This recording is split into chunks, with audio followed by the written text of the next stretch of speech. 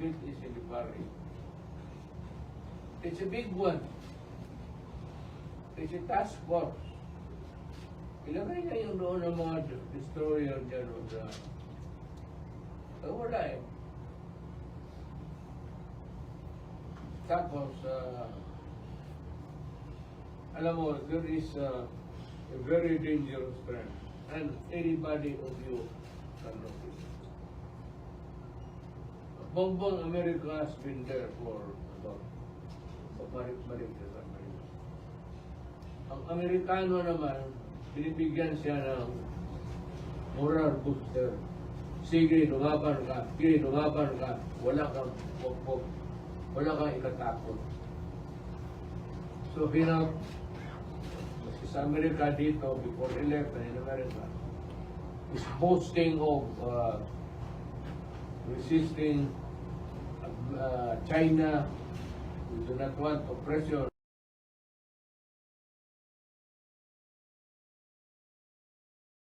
Of course, we are being oppressed by China. There's no doubt about it. Nobody questions that. Ang problema lang, ang trabaho namin kasi dito as president, just like Aquino and all, istorya muna tayo because we cannot afford war at this time with China. And I am so ever in doubt that America will try to tickle China there to go into a nuclear war. Because a nuclear war means the end of the world. For China and for everybody. Alam nila yan. Takot ang Amerika kasi isang ballistic lang carrying a nuclear warhead. Isang putok lang yan dyan sa gitna ng Amerika. Sufficiente na yan. But with 1,000 missiles, and in return, America returns a favor, sending also 1,000 missiles, it will really end. Kaya ang China takot. Hanggang dyan lang sila sa malayo. But they have never confronted or China. Takot, obliterated lahat niya. Maniwala kayo. Including us. There will be famine and hunger and death. You can ask any professor ninyo sa physics and he will tell you what will happen to the world. Nobody wins. That is why we navigate through our differences, our nuances, our everything that is questionable and just like talk. So itong curfew na ito, ayunan, bakit ko, kung ibigay ko yung ayunan sure, just tell curfew, kung hindi ka magkago, ibigay ko na lang yung South China Sea. Hindi ko nga alam kung saan yung ayunan.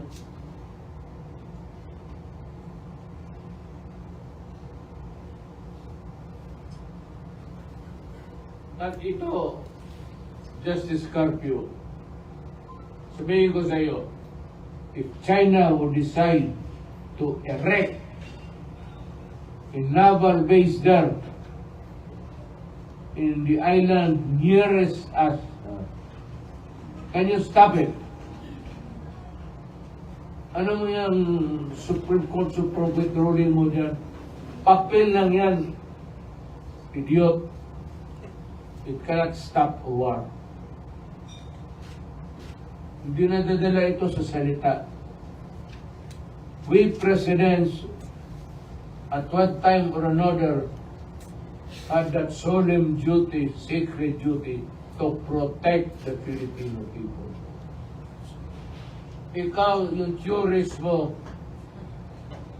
bakit scholar ka pa na? Huwag mo ako mapabilib, kilala kita, sa Davao ka. Maaga ka lang ng political connection, kaya ka naging justice. Murahin mo ako. Yan ang totoo. Madali kasi ito sila magsabi that we should insist. And if China would say, no, you cannot insist, what can you do? Just discard your answer. So you call America. You're a crybaby. Always America, America, America. That was the last speech of Marco. Now, we will be brave there. We have the ships there patrolling alongside with the American ships. What?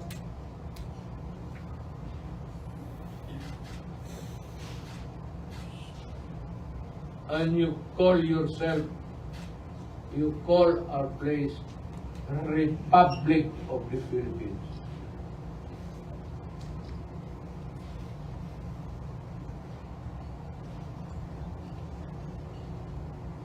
When you could remain to be a republic and be peaceful with everybody.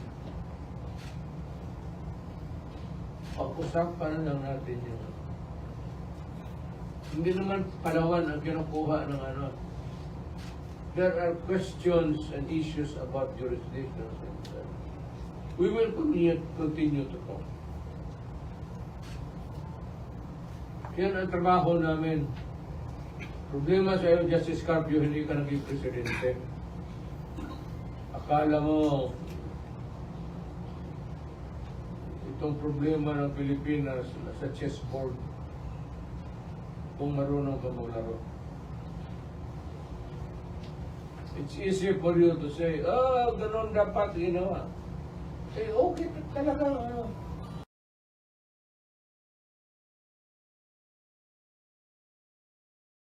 Utang ina mo, hindi ka naging presidente. You were not given that sacred duty to protect the 120 million plus Filipino. Ang iyong papel lang dyan at salita at maraming ambog.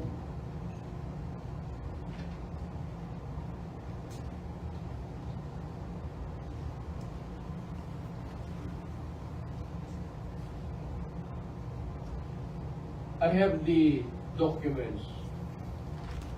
Hinahanap ko yung meron bang mga agreements na I will study it tonight, and after the rally we can probably have a more expanded agreement signed along the way.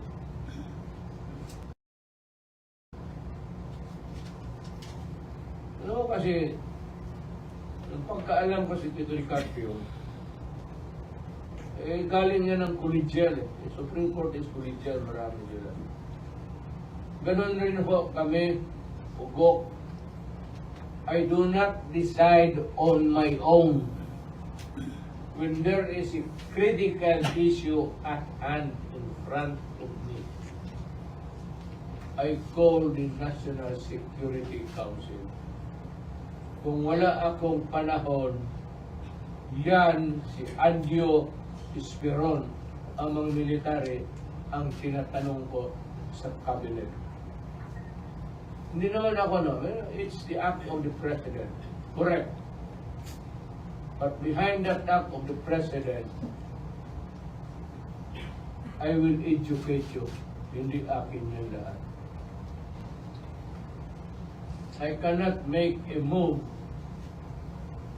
relative to the security of the country without asking the military and the national security.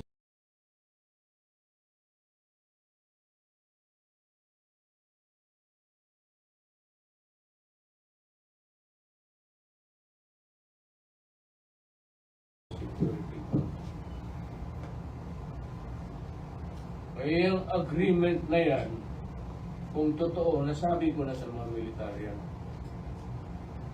you should not keep anything secret when you're talking about the national security. Ang mga military nandyan talaga yan. Nandyan man si Anyo, he was my national security advisor. Advisor mo yan, Bongbong. Tanungin mo kung mayroon bang gentleman's agreement.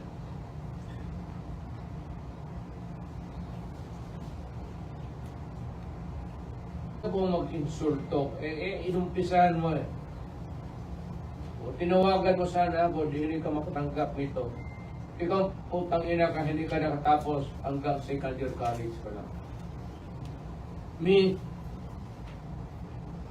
Dumaan ako sa lahat ng taga-Foreign Affairs, Undersecretary Ingles, si Ambassador Terona, Diana, si David Rapos, then si Maria Siso. Doon ako medyo konting kaya huwag mo sabihin, mas marunong kayo sa akin. Alam kong ginagawa ko. Diplomatic and consular procedure. Master ko po yan, dumaan ako dyan.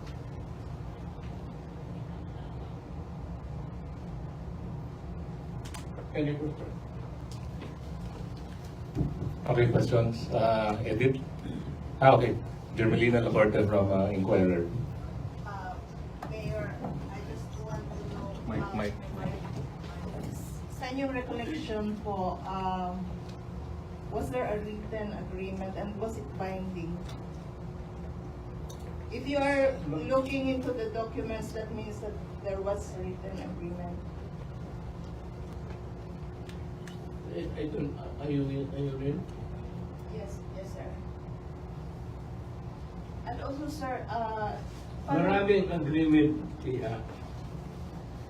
When you're dealing with the foreign relations, maraming agreement yan. Not only with China,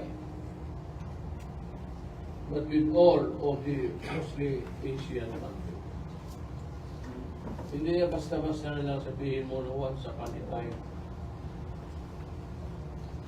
about what Harry Roque, former spokesperson Harry Roque mentioned, that the agreement banned the gentleman agreement, parang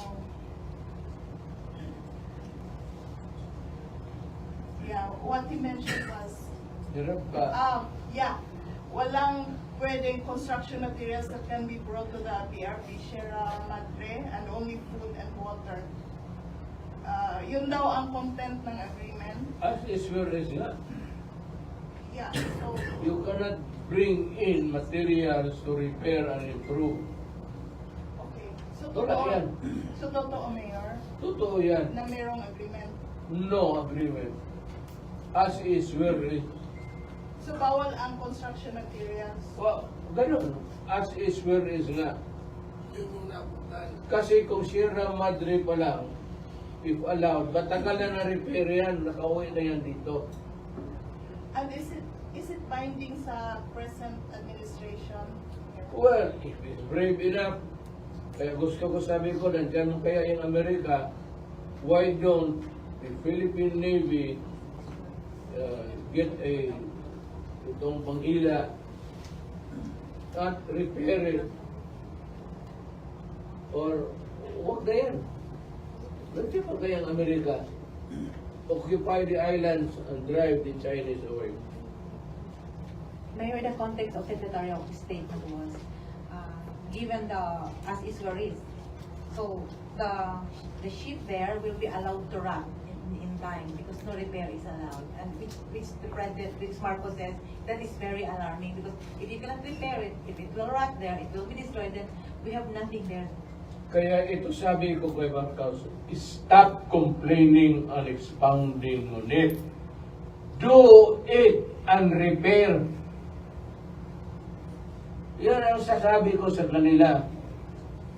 I challenge them na sila man sa gobyerno ngayon, i-repair nila at gumawa sila doon ng mga bahay-bahay kung saan. If they are really ready for that. Gawain na nila ngayon gusto nilang gawin. I-patrol na nila yung Philippine Navy, the gray ships, and let us see what happens. Tapos na kami. Kung sabihin ni Marcos, all of you past presidents were failures. You didn't do anything about Sierra Madre. Mr. President, I am urging, I'm challenging you to go to Alonan with the other ships and repair it. Yan ang dapat following your subukan nila. Kami takot. Ayaw namin ng gera. Kung sa kanya, hindi pa kagira pagkos andyan yung Navy, di gawain mo. You have the ironclad guarantee of the Navy that they will, U.S. Navy, that they will all die for the peace. Are we saying that the recent maritime cooperative cooperation exercise is just a show of force, and even if Japan, Australia, Philippines, and the United States will collaborate to repair the Sierra Madre, still it's an exercise in futility? Would you take that risk? Go ahead. Bring in Japan and the rest of the ASEAN countries and let us see what happens. Are you saying there will be a bloodshed? See what? There will be a bloodshed. War. Oh. Wala akong sinabi. Sinabi ko lang subukan nila and see what happens. The way you listened to President Xi during your meeting, he said you can do this because there will be this possible war. One more na. Nandyan kami lahat. What was it? Do not do it because there will be trouble. It was heard by all.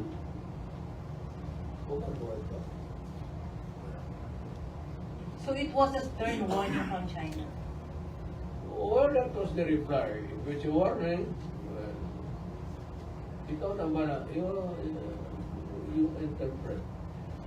If you are to advise the Philippine government in this era of Philippine government's position on the West Philippine Sea, and if you are asked to a one-set opinion, what will you tell the Philippine government, or what will you tell the Filipino people given these conditions, sir? My advice would be totally irrelevant. Sila ang magtanong doon sa Amerikano. Sila kasi ang gumagawa. Hindi naman ako bakit ako mag-advise. Mayor, pwede mo balik lang po. I just want to make it clear. So you said that where is, as is, where is, there was an agreement, and was it written or verbal only? And Verbal. Verbal. Walang written sa amin. During my relations with China, during my trip, Walang written except yung mga trade which were signed by the undersecretaries of the particular department concerned. Sa kami lang ako. So Kami that lang means it's not binding. It's not binding. They're no, not binding. it is binding. That's it. Just because it was not signed, other agreements, other trade agreements signed are binding sa atin. Hindi naman kailangan ang presidente ang pupunta doon. Okay, thank you, Jermelina. Sir You Al. cannot put to task the president to sign all agreements with all other countries because that would take. Kaya may dala ang mga diplomatic trade secretary, trade secretary. Okay. Sir Al, I am next just question. asking you to exactly, meron ka mang recorder, quote me exactly para walang misconceptions, misunderstanding.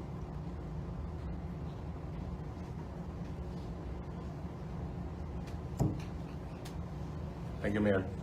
Sir Al. Okay, may gabi Mayor, Inubias, Sodobona.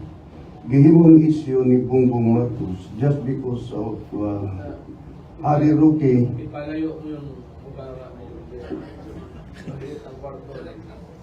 Gihimong issue ni PBBM, ang statement ni Harry Roque, and then your advisor, Attorney Salvador Panilo, sinabi niya, tinawagan ko ang presidente na kausap kami, walang gentleman agreement. Bakit sinabi ni Harry Roque na mayroong gentleman agreement at yan ang ginagawang issue ni PBBM Mayor?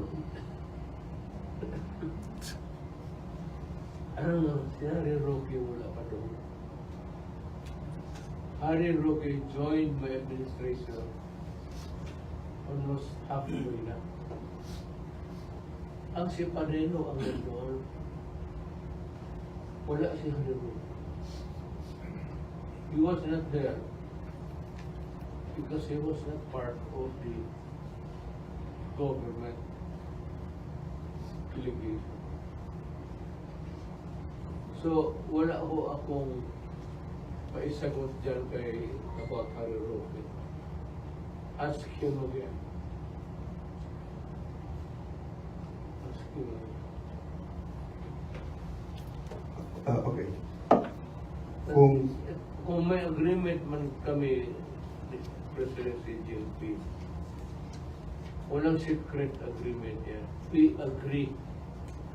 Then after that, yung agreement namin, isasabi namin sa mga tao, foreign affairs particularly, to verbalize everything that is being said in whisper. Kung meron man. Bakit sinabi ni Roque, Harry Roque, wala pa siya doon noong panahon na yun. Bakit sinabi niya, nakakalipa, ginawang issue ni PBBM ngayon.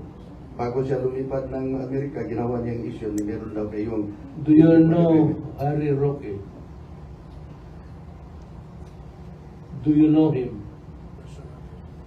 Do you have an idea of what his personality is? Meron kayong idea? Wala. Hindi ko kayo. Maraming salamat, Al. Si Richie isa, and then Randy after. May gabi, Mayor.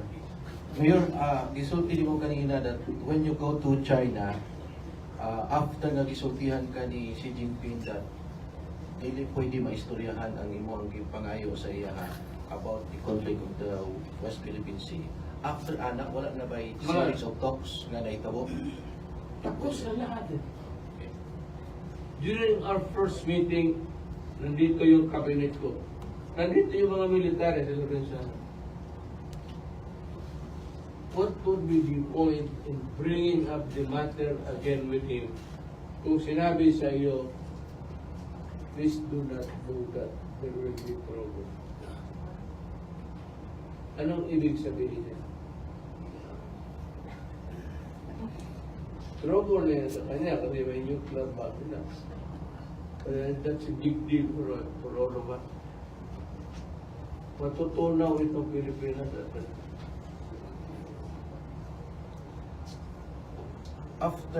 at before you get out from the office, Mayor, wala na ba ini attempts to buhion na siya na iskutanan? Kanang after atong China, and then for how many years kana ka sa pwesto bago ka muhawa, wala na ba gay attempt na buhion to siya ng istorya? well, the day I went out of Malacanang, totally cut out of governmental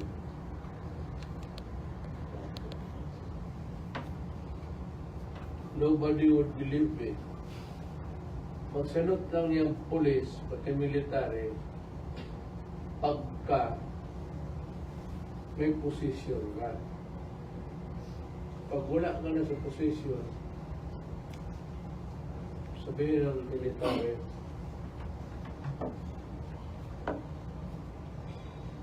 sabihin mo na,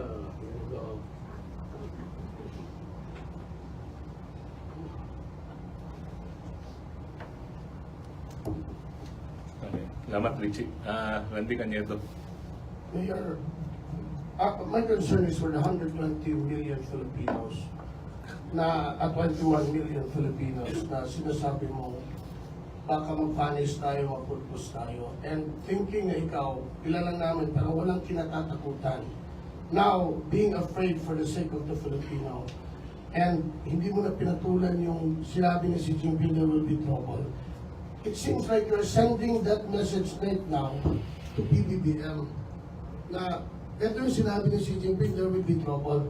What if our present president will not listen to this at makumbinsi siya ng Amerika na kasi nandun siya ngayon, paano pagbalik niya, sinabi niya, makikipaggera tayo. What can we do? good. Let him try it. Magtago ka na.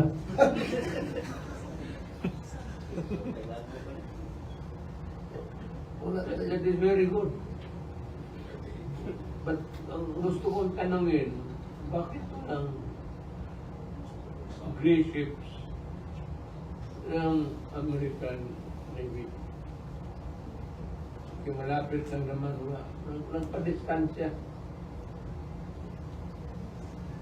That chance na yun, pwedeng gawin tayong proxy war daw, gaya na nangyari sa Ukraine, at tayo magiging kawawa. Sinasabi pa po na baka gamitin daw ni Biden ang gerang ito para ma-retain siya kasi mukhang delikado siya sa election by November. At pag nakipag-gera, tapos si Trump naman ang manalo, inaano ko lang na baka bawiin ni Trump yung order na yan, kawawa daw tayo at may iwan. Is it possible? The earlier that Bongbong Marcos comes back, bringing with him the order to go to war, para sa akin, the better. What can the Filipino people do? Kung patay na tayo, what can you say? A nuclear war is a nuclear war. Kung hindi mo na, you go to TV, sa YouTube, makita mo, there's a series there of what would happen to the world after the nuclear war. Nothing. There's absolutely nothing in this world. Kaya magdasal ka na lang, pagputok, kasali ka na. Kung maiwan ka, pati yung kamuti mo sa radioactive, lalo sa mga suka-suka.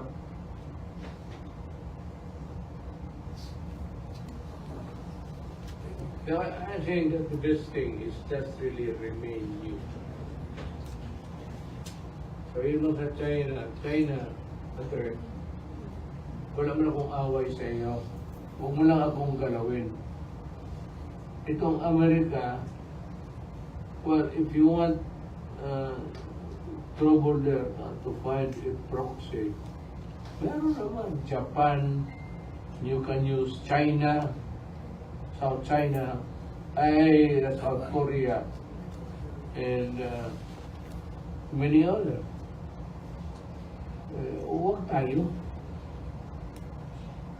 Wala tayong ibubuga. Navy natin, ipagyabang natin.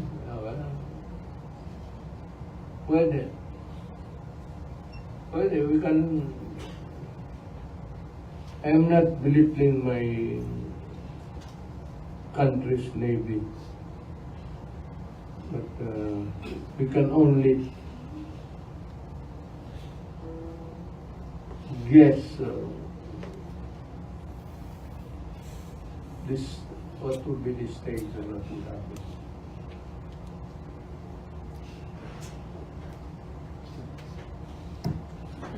Salamat, Lance. Ruth, then Alan after. Mayor Maybe, Lahat kayo may tanong. Hindi ako nagpipiro. Hindi ako nagpapatawa. Wala ako kasi kain eh. Kain na ngayon. yes po. Sus, maayaw pa mo.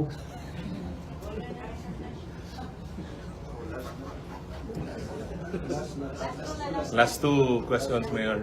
Natakin ulit. Last, Hindi. Okay lang. Mayor, I'd like to shift to other topic. Iwanan ko yung West Mabuti Philippine ka. Sea. Opo. Mabuti sa China kay... Mayor, can we hear your statement or message to your friend, Pastor Apollo Cubuloy's situation, who is currently hiding because of the warrant of arrest? You can see him an arrest order from the Senate. You know, as a lawyer, I would say that you can go to court and fix your case and post a bail bond. That could be an option. But if you do not think that you will get a fair deal with this administration, because you've been talking about Marcos and everything, huwag kang lumabas dyan sa Tamayo. Nandiyan na yan sa Tamayo. Malaki lang ang Tamayo. Alam mo, ganito yan. Let me educate all of you. Ang Tamayo, malaki yan sa loob maraming bahay. Make sure na sa isang bahay nandiyan siya. Because for every bahay, it should be a different search.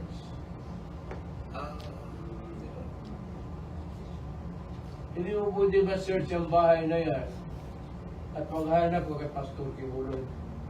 You would have to get another writ. Iba-iba yan. Marami ang bahay na yun. So, mag-ikot siya dyan, kung makabulan kayo, by the time na matapos na napagod ka na, you will become a member of the Jesus Christ.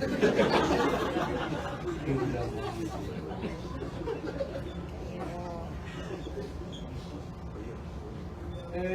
Alam mo, ang buhay ng tao, tayo naman siyempre lang.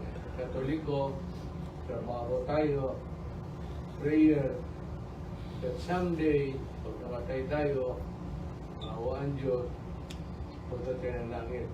Di ba? O gusto ninyo sa impyerno? Impyerno ang gusto ninyo? Bahala ko yun. Ngayon, kahanap ninyo, hindi nyo mahanap. It's ewan ko, tama yung malapit yun na, malaki ang tama yun. Malaki. Follow up, Mayor, may mga speculation kasi that someone is Nagkaang studying, pakibakay ko. Hindi mo daw pitako si Kimbuloy. Look, mukhain mo ako, mag-uwi ako. Sama tayo doon. And if you can find Kibuloy there, I'm raising the ante. Ano ba mukha na bumili ng 100? I'll make it 200,000. 300 or even 500. Ibuhos ko na yung pera ko para maligaya kayo kung kumita kayo sa bahay ko.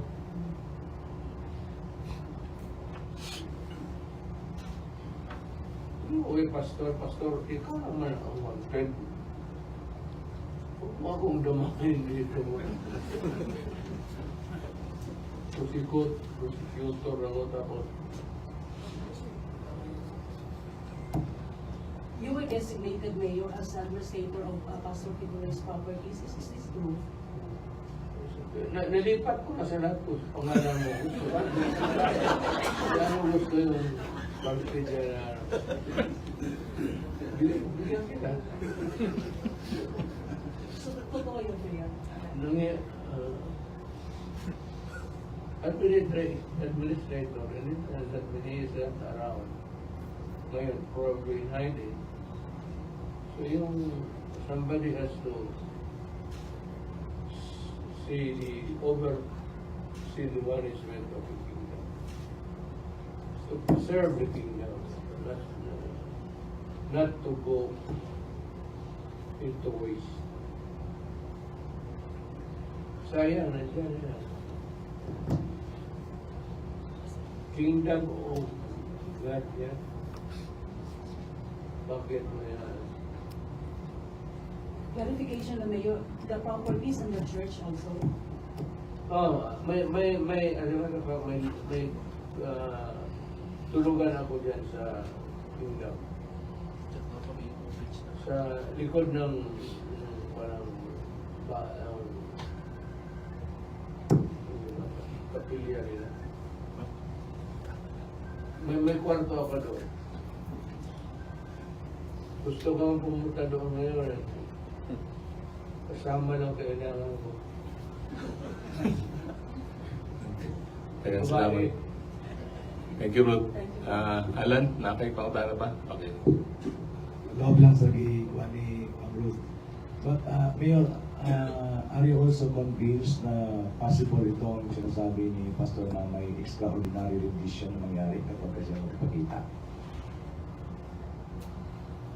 Well, hindi ko masyado pinag-aralan yan kasi American law yan. But it is possible may rendition. Pero tingin ko, we will post a ban at talagang available.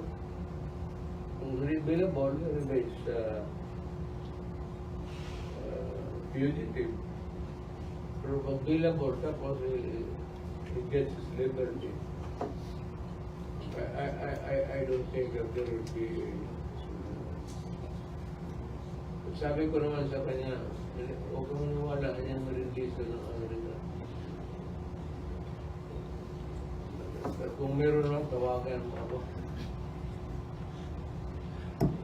So you'll advise him to come to the open? Yes.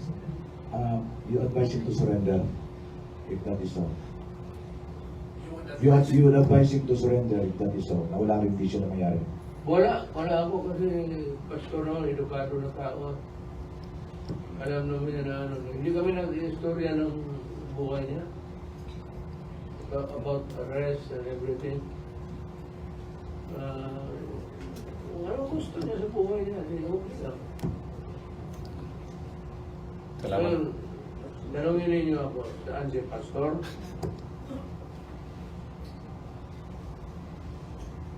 Gusto nyo malaman talaga? Yes, yes.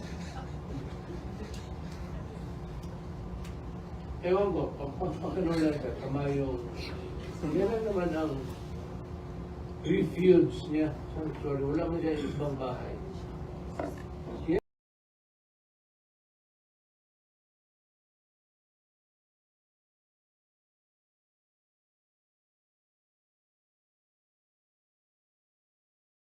Yan lang. Wala akong nalaman na frankly, yan talaga ang nalaman ko.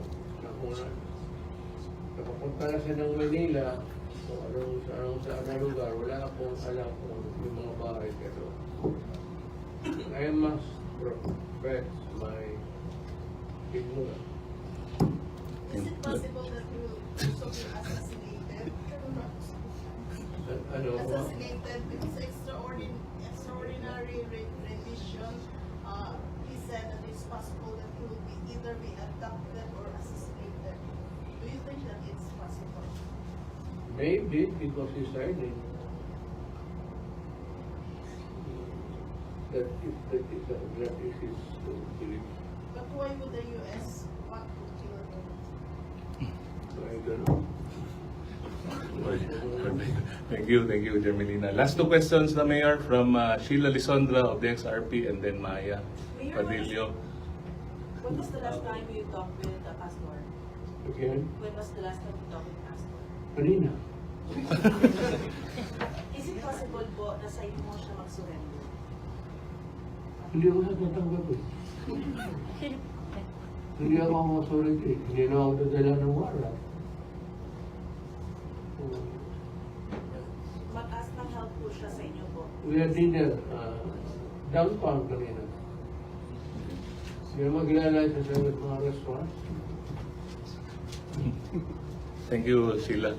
Saka wala pakialam yung mga waiter, basta magbayad ka lang. Maya Padillo, Mayor. May gabi, Mayor. Mike, Mayor, Mike. this is regarding sa holding ng hakbang ng maiso sa Tagum on April 14. Parang isang time din na may order na for 60-day preventive suspension against the Governor Kuya Gon. Yan ang magandang tanong. Official date of this. Yan maisog. It has nothing to do with politics. What is very unbelievable to me,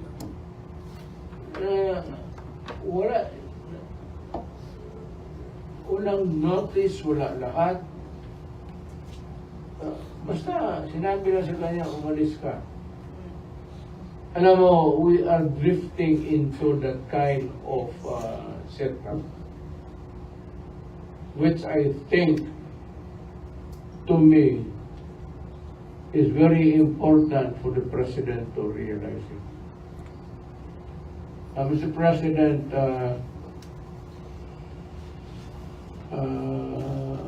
hindi mo na sinusunod yung demokrasya. And you are, yung pagganon is that you are veering towards a more authoritarian. Mahirap yan, hindi sanali ang Pilipino. I am just warning you. Ako sa isa talaga na hindi ako papayag. At kung magtanong ka na what I intend to do, I will raise her one day.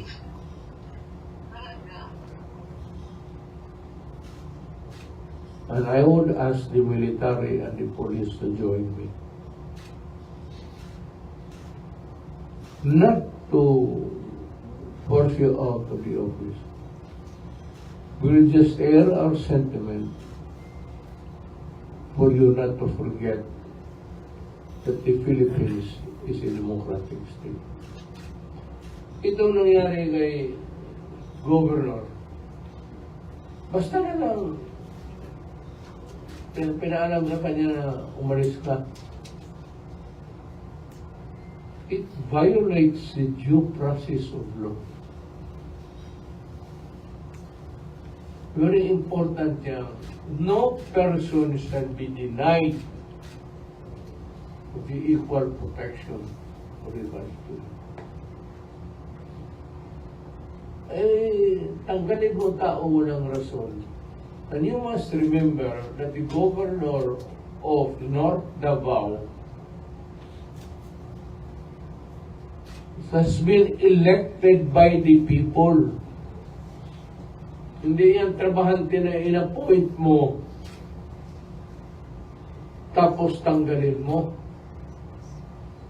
We have to respect the will of the people of that North Davao.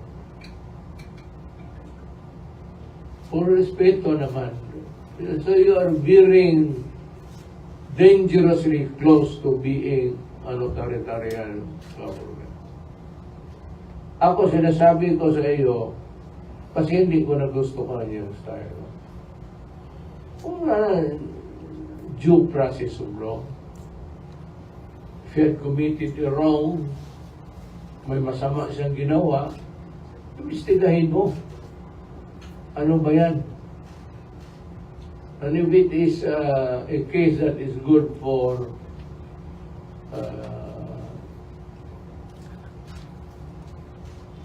a case under the revised penal code or any other special law, sabihin mo sa kanya, the right to know and the right to address something. Kung wala siyang ma-explain sa mga tao, bakit niya inabanduno ang mga tao, na siya naman ang general na governor, then there is something seriously wrong sa pamamalakad na ito. Then, ayaw ko ang tingin ng military pati pulis, I am asking you guys to look at it closely. Be neutral. You were not organized and funded by the Republic of the Philippines with the money of Marcos. You are there operating and paid by the taxpayer, the Republic of the Philippines.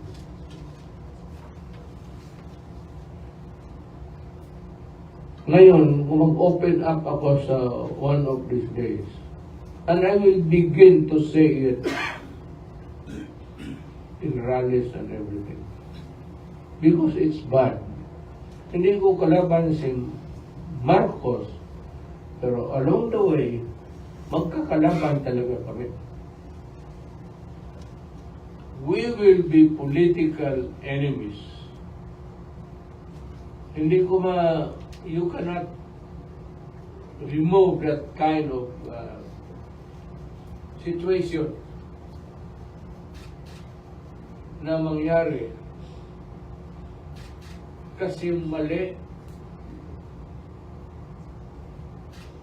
na tanggalin mo yung isang tao dyan elected by the people. There's a big difference between an appointed guy and an elected guy. Elected to.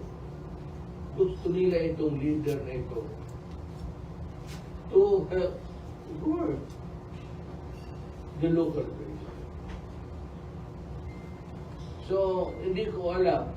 Wala naman akong balita kaya, alam mo si Benhor, kaibigan ko rin yan. Kasama kami nung magkakyat namin na mayorship. Nagtataka lang ako because ako wala akong kita ko nun bastos ako magsalita kung ako. But my God, doing this kind of thing is very serious. I hope that they will go to court. Diretso na sila sa Supreme Court. and ask for a relief, whatever it is available. Bawal talaga ito. Ito yung pangpahina ng gobyerno.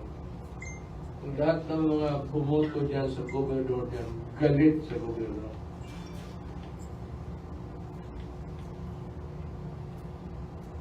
Yung galit na yan, tayan ninyo yan kasi masaya na sana kami, ako, pati ang military, na medyo humina na ang NPA. Huwag kayong bigay ng rason ng mga tao nito tatakbo sa bukid ng armas, manggulo na naman ang bayan namin. Alam ko hindi yan nagustuhan ng military. Sigurado ako dyan. Maski sa military, hindi ka lang basta you are advised way ahead that you are being transferred from one post to another. But it can never be applied with such a cavalier fashion of removing a person elected by the people. Basta mo nang liwakin, tumabi ka dyan. That is not democracy. Hindi pa ready ang Pilipinas dyan. At do not ever think na popular ka sa tao. Yun ang karamihan na that's the pitfall of many leaders. Just do not assume that you have the absolute power. In a democracy, there are always parameters, boundaries where you can act and when you can act. But always we find the power of the law to govern us all, to make us conscious of being a citizen and what to do. Thank you, Mayor. Maya, salamat. One question from Dennis Lasso, Mayor. Sige na. Mr. President, the November 5 U.S. election is fast approaching. No? Your friends, magkaibigan kayo ni Donald Trump. Will you campaign for him? Kay Donald Trump sa Islamic? Wala akong pamasahe po sa doon. Pwede mo magpatawag ka sa mga press pa niyo. Your friends. Hindi man tayo makaboto. Pero I am for Trump. There is no available leader in that place called USA na pwedeng with all the ang gulo kasi ng USA na yan. And you need a leader like Trump na isang salita para behave lahat. Kay Biden, huwag na maniwala dyan. So you're calling now the Filipino-American citizen to... I'm calling all Filipinos who are now Americans and who have the voting right to elect the President of the United States. I'm calling you to vote for Trump. Akin yan. Ayaw ninyo, malido kayo kay Biden. Kasi si Biden, pareho ko. Hindi ako maglakad ako. Pero itong akin, it's more of the after effects of my years of motoring sa Simpra. It has taken its toll dito sa katawan ko, sa spinal pati. Salamat sa... Pero hindi pa nga ako matanda. Kaya lang na hindi na ako pag matanda ka na, babalikan ka na naman. Salamat, Dennis. Trump tayo. Salamat, Dennis. Mayor, naipahabol si Yusek Lorraine Badoy. Yes, ma'am. Mayor, in my job, marami ako nakakausap na marami silang gustong iparating sa'yo. Ordinary Filipino, si mahihirap. And so, magsisegue lang ako doon sa sinabi ni Ma'am about Governor Hubahib. Now, having been on the receiving end of this government's heavy-handedness, tsaka yung parang wala ng batas sa Pilipinas, parang sila na yung may-ari sa Pilipinas. Yan yung nararamdaman ng ordinary Filipino. Kahit ako, nung kami we were illegally and arbitrarily detained by the Martin Romualdez-led Congress, and even the way they run the PCSO, it's just so shameless, so brazen, yung corruption. It's obscene. Yes, it's obscene, and yet it's so shameless. And they keep doing it the way that they've done it with SMNI, now the way they have silenced the press. And we feel it, Mayor. It's so, ang sakit-sakit masyado na, Mayor. And basically, what I want to ask you, Mayor, is ano ba yung, maybe you can educate us, ano ba yung recourse namin dito? Kasi this president, no, is he's ignoring the clamor of the people. For instance, no, a drug test, when the documents, there are proofs, and there's that outcry, no, and then he's hurtling us towards the precipice of war. Nasa tamang pag-iisip pa ba itong taong ito? Alam mo, ma'am, ako una yung nagsabi na drug addict siya. Hindi naman ako nag-i-invento ng istorya.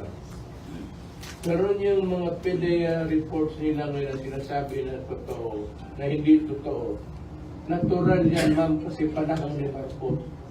Ano, agency in government can go head to head with the president sa bagay na yan. So, sinusuppress yan.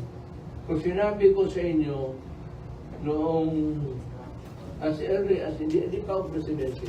Noong presidente, mas lalo ko nakita. I saw it again. What yung dito sa Davao, because alam mo, ano talaga ako sa droga, pinakita nila si Marcos na doon. Hindi ko binigyan ng importansya. Ang sinabi ko lang sa kanila, trabaho lang kayo. Huwag na ninyo akong isali na lalabas na personal akong magalit kay Marcos. I do not need it. But when I was president, I was already looking at yung full the full story of yung pagka-addict ni Marcos. Kaya lang naman, ma'am, sabi ko, sana hinuli na lang nila noon.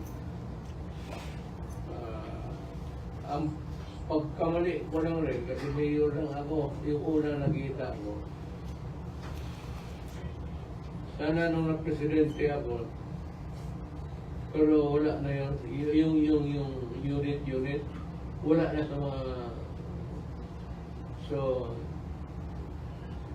siguro sa Pasig River na, hindi natin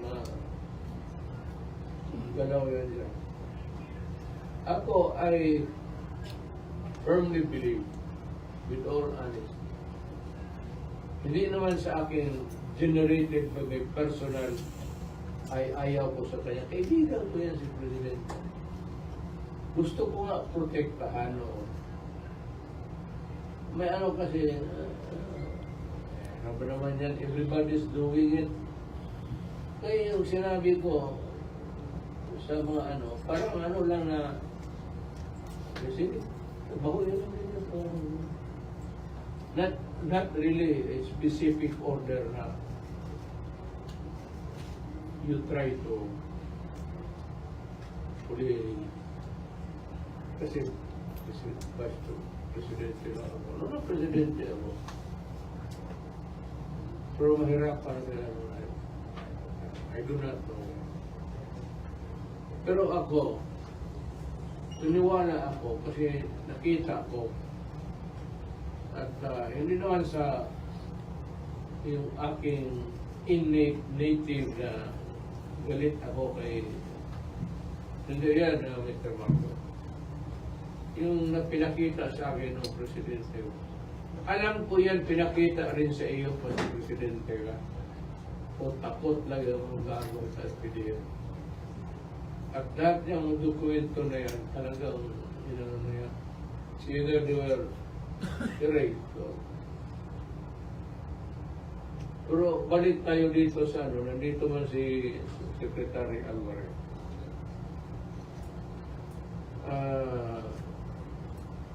We are friends. Hindi naman kami nag-away. Contrary to popular so, hindi kami nag-away. Kaibigan ko siya sa Congress mo. Nagtabi kami. Wala, mabuti tao naman si Evo. Ano kami kasi wala tayo problema. Of course, he said something about my daughter. Politika eh.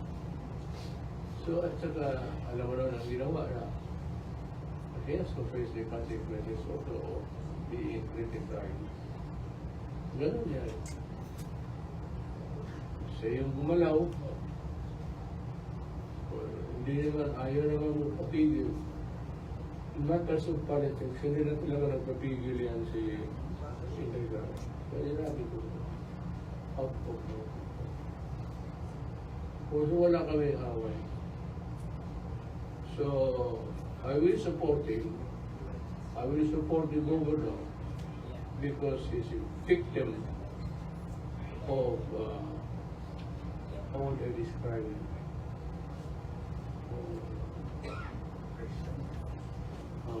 Oppression and itong port city on the part of February. Bakit hindi nila ipalapas? Walang ano. Kaya dapat mag-akit sa support. And I will support the government. Matter of fact, kung ako sila lahat, I will be there to campaign. Hindi maganda na gano'n ang nangyari. So, hindi naman ako, yung oppression talaga eh. Hindi maganda. Hindi maganda. Thank you, Mayor. So, basta ako, wala ako away kay Marcos. Sinasabi ko lang kay Marcos ngayon, marami kang ginawa na hindi tama. Kaya nagrereklamo ako kasi alam ko at do not continue committing so many mistakes because one day puputok yan. Maniwala. Maniwala ko sa akin. Military is not yours. Walang loyalty ng military. Yung mga general sa malapit lang sa iyo na para by and large. Ang military nakatutok lang yan sa tao. Including the police. Tandaan ninyo. Hindi yan mga kung sabihin mo mahirap lang na pagdala ninyo sa hindi yan. Kamali ka. Mr. Marcos. Kamali ka.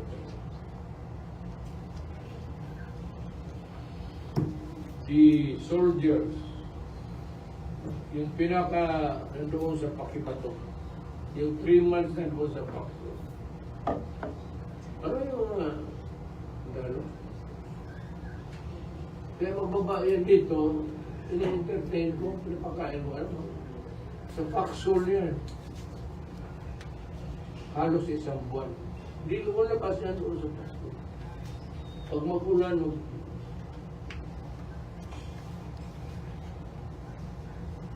kaya masakit para sa akin ang mga sundalo ko.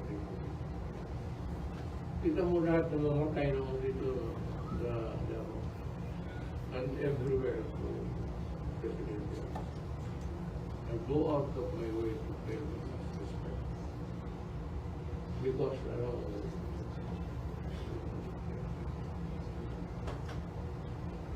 protecting the people. I'm good for another 20 years. Thank you, Mayor. Kung Bepot, na kayo gusto know about what happened in...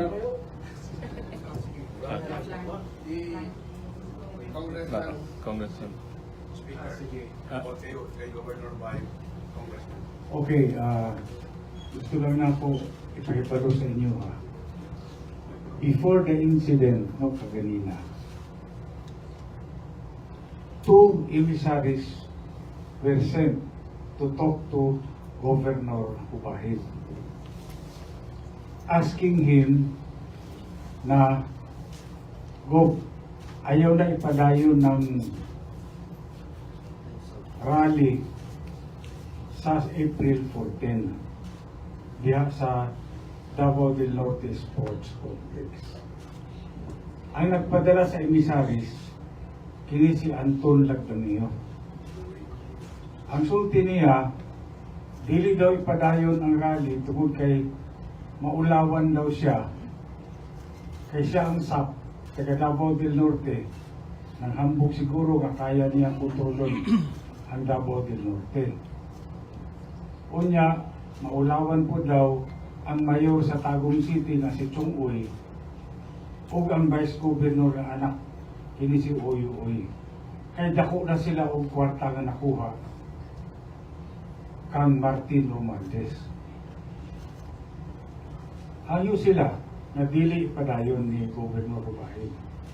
Ang tubag ni Governor mauni, ingon siya, murag lisod na himuon siya, ako, si Governor Ray Panea, wala na akong pwedeng ipagmalaki sa buhay. Wala akong mataas na edukasyon na pwedeng ipagmalaki. Wala rin ako sapat na yaman na pwede kong ipagmalaki. Sabi niya, dito man lang, pwede ko ipagmalaki na meron akong isang salita. Bigay ako ng commitment ko na mag-host ako ng rally dito sa sports complex ng Davao del Norte. At sabi niya, nag-commit ako ng 100,000 participants ng rally dahil nga ang mga mayors ng Davao del Norte, kanya-kanya may commitment sila kung ilang dadalhin na participants. So nag-come up si Governor ng 100,000. Ngayon, kala ni Governor tapos na yung usapan. Then the following day, meron na naman pupunta sa opisina niya. Ang sabi, Bob, pinapatawag ka ni Anton Lagdamio, nandito sa Tagum City, nandoon siya sa isang restaurant. Ang sabi ni Governor, teka muna, nakita mo yung maraming tao na nag-aantay para makipag-usap sa akin. Sabi niya, bakit ko unahin si Anton Lagdamio? Itong mga tao ito, may mga kailangan dito, may problema. So ang nangyari, hindi niya hinarap si Anton Lagdamio. Ngayon, nagalit si Anton Lagdamio kasi sabi niya, binabastos daw siya ni Governor Edwin Ubahid at hindi siya hinarap doon sa restaurant. Tapos, sinabi nila, okay, kung hindi natin makumbinsi si Governor, hindi palitan na lang natin yung Governor, pwedeng suspinde, di ba? Ginawa nila ngayon ng paraan, kahit walang basihan, binigyan ng order of suspension si Governor Edwin Ubahid. Nung makita ko yung order, sabi ko, I was disappointed. Why? Because the order was signed by a former Chief Justice. Itong si Bersamin. Sabi ko, former Chief Justice ito, dapat he should be the one to respect yung due process at equal protection of the law. Malinaw sa ligang batas yan, di ba? No person shall be deprived of life, liberty, or property without due process of law, nor shall any person be denied equal protection of the law. Ang linaw-linaw. So dito, yun ang nangyari kanina, dumating yung mga taga-DILG, pinapareceive yung order, hindi sila pinapasok ng mga tao na nasa Capitol. Ang ginawa nila, pinost nila yung order doon sa labas, sa gate. At pagkatapos, siguro in 30 minutes, na umalis sila sa Kapitolyo, pinasumpa nila kaagad yung Vice Governor as acting governor.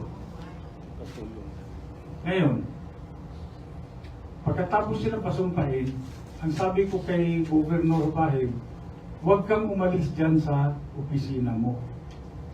Because you are the duly elected governor. Pinili ka ng taong tiga Davao del Norte. Sabi ko, illegal yung order na inisyo ni Bersamin. Unang-una, si Bersamin, appointed nga lang yan eh. Hindi nga elected official yan. Tapos tatanggalin niya yung tao, yung governor na inilagay ng mga tao ng Davao del Norte dyan sa Capitol. Anong karapatan niya para gawin yun? Para sa akin, sabi ko, yung order na yan, illegal yan. Kasi it violated the very principles of the Constitution, yung Bill of Rights. Illegal yan. At saka yung assumption of office as acting governor ni Oyo-Oy, illegal din yan.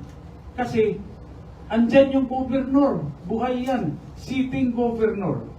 Paano mo sasabihin na legal yung pag-appoint mo ng acting governor?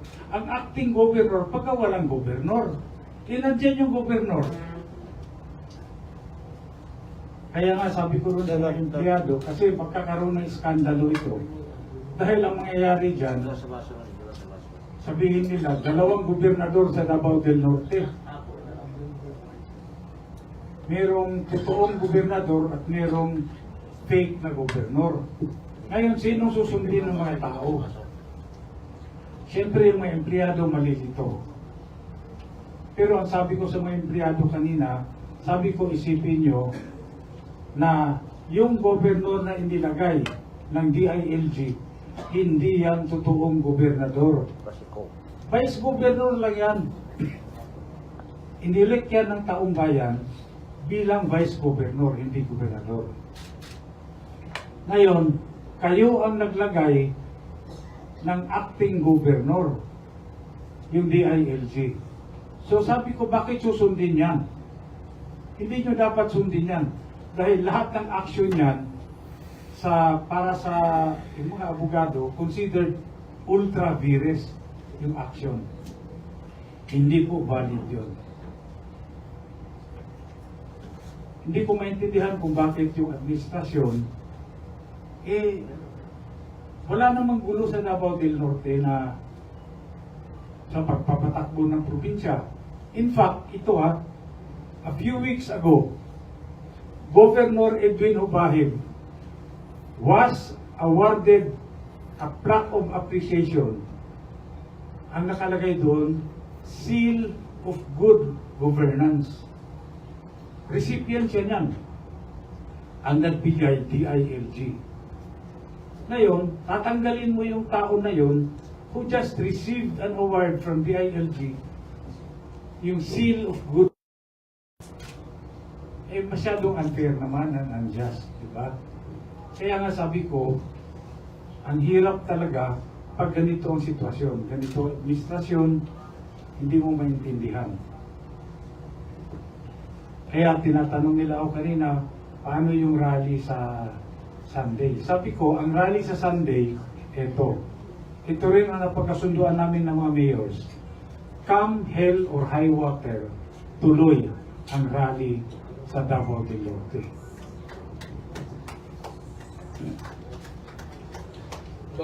Thank you. Alam mo, Duwan sabi ni gusto Mike. ng chingo. Alam mo, ang simpleng pagkasabi dito, I am accusing Marcos of bringing us back to the old politics. Gayon no, suspend, tapos tanggal na tao, no, ng tatay ko, halos ganun ang ginawa nila. But ang tatay ko stuck it out with the nationalista because he was supporting Marcos. Sinugal niya yung makapagal doon eh. Ayaw niyang mag-nationalista. Lahat dito sa Davao, nag-liberal na. Ang tatay ko ng paiwan. Sabi ng tatay ko, Marcos ako, come high or else water. Nag-Marcos siya. At dapat isinuspend siya. But alam mo, tatay ko, sige, I will go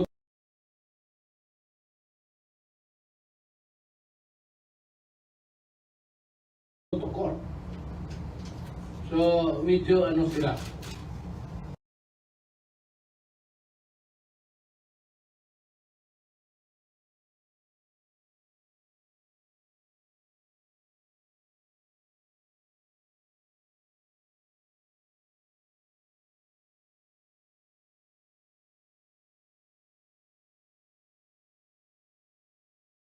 Okay. Apat o 5. Medyo sobra na rin yun. Dalawa lang yun. Ganoon eh. Pinambalik siya sa... He is really...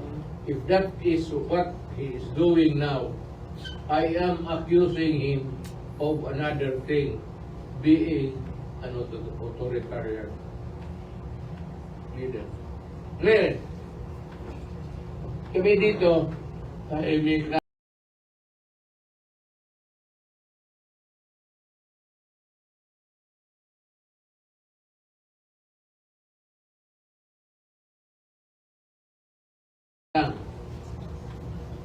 lumabas lang ito kasi panggipit na talaga na hindi maganda. Wala bang partido na oposisyon sa kanya. So we will convince those who are against him to join us and form an alliance or whatever. Hindi ka or an alliance against Marcos. Sir, Mr. President, huwag kang magalit. Mali yung ginagawa mo. And I am accusing you. Mr. President, remember that one day you will step down.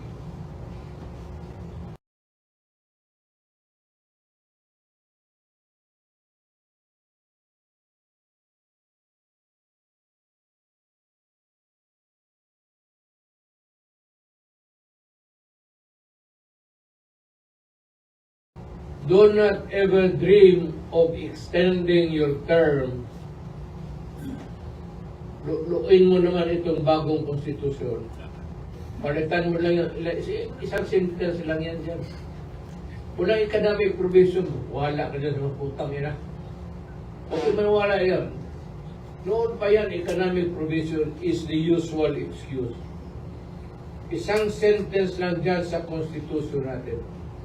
President, si video will to run again and again and again hanggang matanggal siya sa trabaho, to be a military kudita or whatever. Don't count on the sabi mo loyal ang military sa'yo. Balik ka niya. And you are being an authoritarian leader now. Do not push your luck too far. Kasi marami pa rin Pilipino, hindi lang umiibig. Ako nga, hindi ako umiibig eh. Pero pag pinilit po ako, nga ako talagang pastor, mapipilitan pastosin kita. Kung magalit ka sa akin, hindi. Nasa iyo. Patayin mo ako, pakulong mo ako. But remember, hindi lulusot yan sa tsya mo. At matani... Marunong mo Tagalog eh. Manatili yung hanggang 6 years ka na. Malapit na. Malapit na. So, dreaming ka. Sinabi ko sa iyo, huwag mong pilitin gaya sa ginawa ng tatay mo. Anak ka ng putat, talagang ginagawa mo na. Beware of the consequences sa mga bagay nito because do not fuck with the Constitution. At yung extended, bakit kayo maka-presidente lang gusto ninyo? Kayong, ayaw ko lang nasabihin, pati yung tatay mo eh. Nagkalit-silit siya kasi umaba ang panahon. Yung Constitution na yan, sagrado yan. It's the Bible of the people. Not religious, but it is the Bible of the people sa civic act. Pilitin mo yan. Suspend ka dito, mag-suspend ka doon. Ako ang sasalita. Sinabi ko na sa iyo noon, Mr. President, ayaw ko makipag-away. Naging presidente ako eh. I have the resources lahat. But wala akong, never had the idea of, ganun. Kontento na ako doon sa 6 years. Dapat makontento ka na. And you have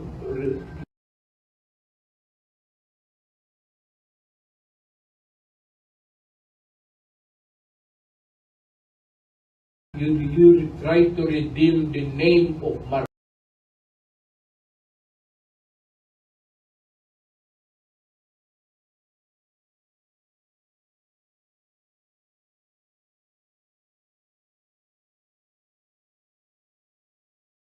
Do not destroy it for the second time kasi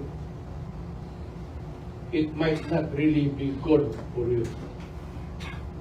Huwag ka maniwala dyan sa mga bulador na gusto ka Tama ka na, Mr. President. Mag-isip na magkautaw yung tao sa iyo, magkaw. Kung tama yan, tawagin mo lang ako. Bigyan fax this Constitution and destroy the lives of the people. Then kalaban mo. Kalaban mo. At marami akong alam. Wala yan doon. Wala yan. Tatargetin talaga ito sa pagkatao mo.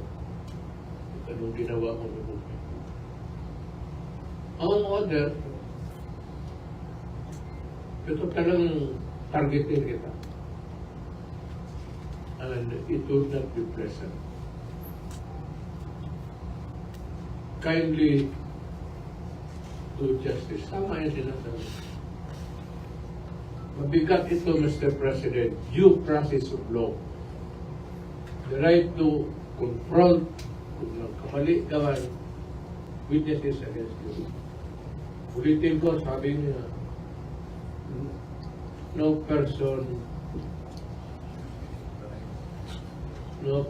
shall be deprived of life, liberty, or property without due process of laws. Nor shall any person be denied the equal protection of law. with that, sana, ewan ko. At ito naman si Nagdameo. Alam mo, Andre, kaibigan tayo. Tagal ng kaibigan, halos gabi-gabi nagkikita tayo dyan sa si kay June Villar na inuman.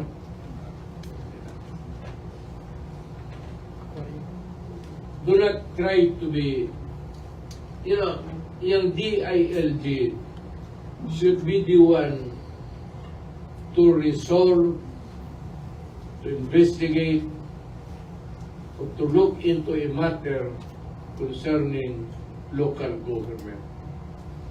Ikaw dito na sa Secretary of Justice ka. Do not demean yourself. Sinasabi ko sa iyo, nililecturean kita, kasi alam ko isa ka rin. Alam ko wala kang alam. Umakyat kayo dyan sa Malacanang. Putang ina, wala kayong alam na. Puro bangag. So, do not try to be a hero. Davao ka, kaibigan tayo. Siguro, may utang na loob pa ako sa iyo. But when it comes to my country, a new guy, huwag kayong basta-basta pupunta ng mga probinsya, patita. Mag-demand kayo na ganun. Itong demokrasya, there is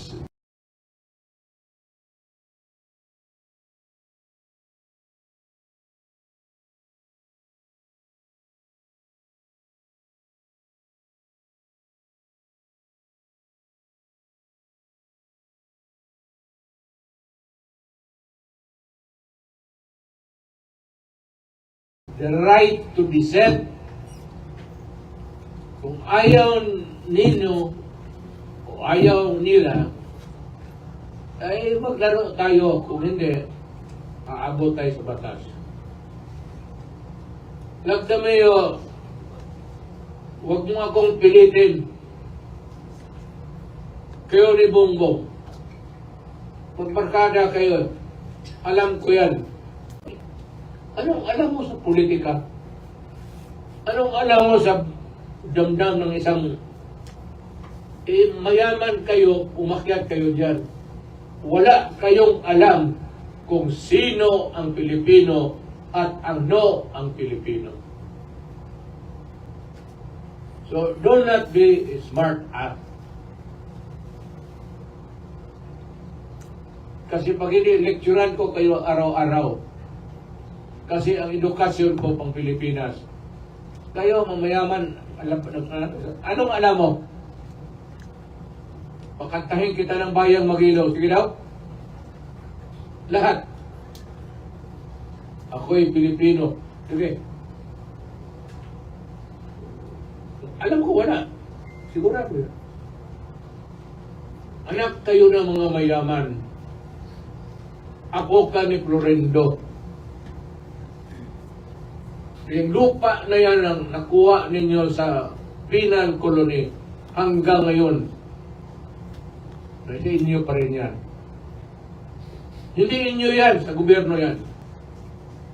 Dapat itapos at yung lupa na yan ibigay sa mga tao. Dapat na land reform na yan, ang laki-laki ng putang inang yan.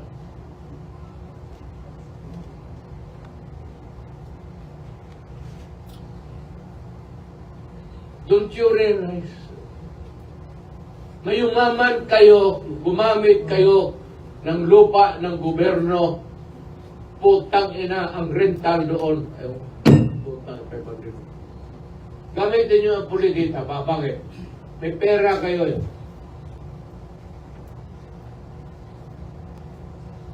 Pero huwag mo akong, do not fuck with. Huwag kayong magpatigas-tigasan. Hindi ako putang ina.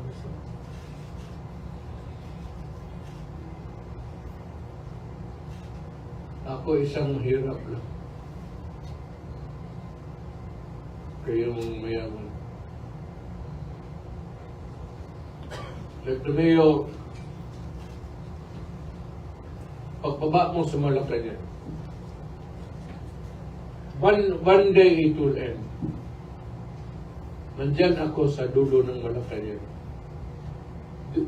I would choose yung saan lumuhod yung nanay ni Rizal, begging for the life of Rizal sa Espanyol.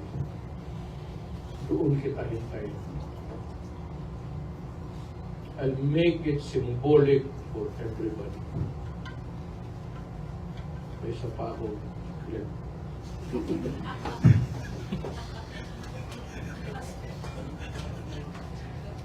Yung politiko ko kayo masyado mo nabuso. You correct that. I'm advising the governor really. Tanaw siguro na.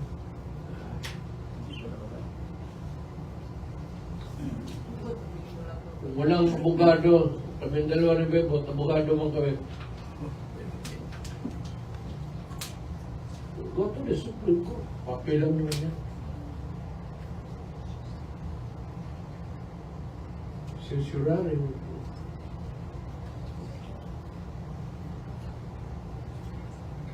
I'm sure the Supreme Court is a neutral body. Sigurado rin ako. Ako nag-warning lang dito sa baba. Kung kayo mga piyon, Marcos, baba kayo, Mayor,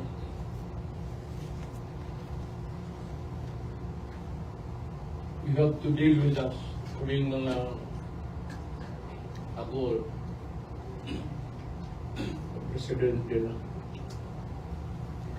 Wala lamang isang taong na inapipon. Kaya yung hindi ko ginawa, huwag din yung gawin. Okay. Easy lang kayo. Puro tayo.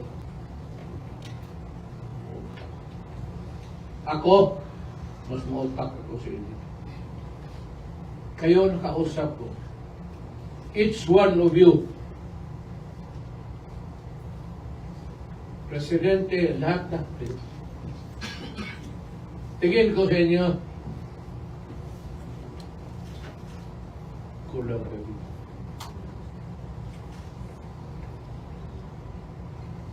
Makatabla lang kayo sa babae kasi may pera kayo. Pero sa akin, in that mali nung akin.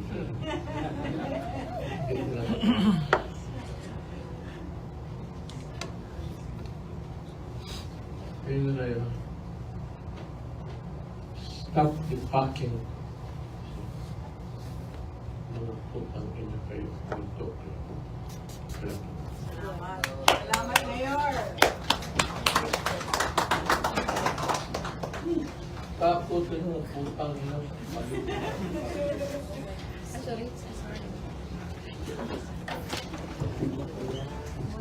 Yan na yung kain namin.